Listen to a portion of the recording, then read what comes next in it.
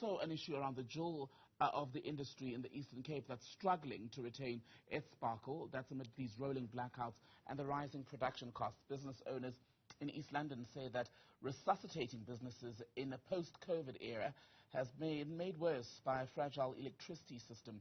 Let's take you to our reporter Natalie Malgas, who's there, and tell us more, Natalie, about this jewel of the industry, what it is and how it's been affected. Well, Tembekile, East London is a massive industrial hub here in the Eastern Cape, with legacies of car manufacturers, beauty manufacturers, and pharmaceutical factories going up here, basically keeping the economy going here in East London. But as you mentioned, there are a plethora of issues that threaten the capacity to continue producing here, among them being the threat of a drought, load shedding, and as you just mentioned with that breaking news, the increase in fuel prices, all things that many business owners and the industry here in East London have to juggle at the same time while trying to resuscitate business after the difficulty that was the COVID pandemic. I'm now standing with the Executive Director of the Borderkai Chamber of Commerce, Lizelle Maurice, to elaborate a little further just on the struggles that you're hearing on the ground from local businesses for us, Ms. Maurice. Good afternoon, Natalie. That the struggles are real. That we've just come out of a COVID pandemic. Now we were faced with load shedding. Just a few months back, we were faced with a water crisis. So load shedding is crippling to the country, costing the country billions. And I know the recent load shedding was because of the Eskom strike as well. People that are custodians of our critical services, like water, like electricity, should not be allowed to strike. In fact, when we heard it's an illegal strike, what did SAPS do about it? An organization, especially a state-owned organization, shouldn't be allowed to just conduct an illegal strike without any repercussions. You cannot be responsible to bring an economy to its knees and get away with it. Something needs to be done. So we need to beef up our South African police services, because they needed to step in when we needed them to step in. But unfortunately, they didn't. And it has impacted our country, costing our country billions. If we take a look at the big industries who call East London home, are they able to produce at peak capacity given the rolling blackouts and sometimes having electricity down for long periods of time in the day?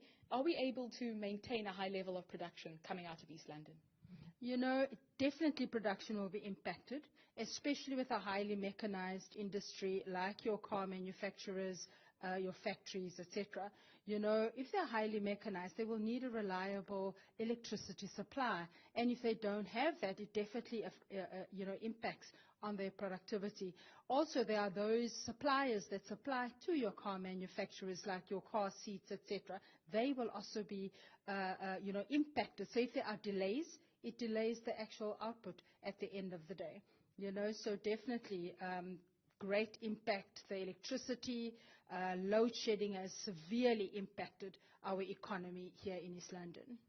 Is it all dire, or is there something we can do to spruce up investor confidence and increase that flow of production? Again, we were talking a little earlier off air about the port and the marvel that is this Rivermouth port. What can be done to turn this situation around? When you look at load shedding schedules, I think our SOEs need to be clever about when they load shed.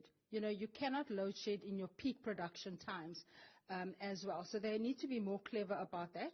Also, in terms of our port, deepening and widening of our port.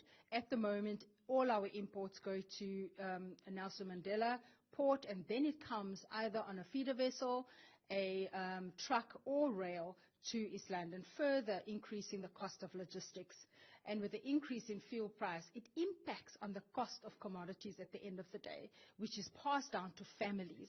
So families now have less money to spend on entertainment because they are just battling to survive.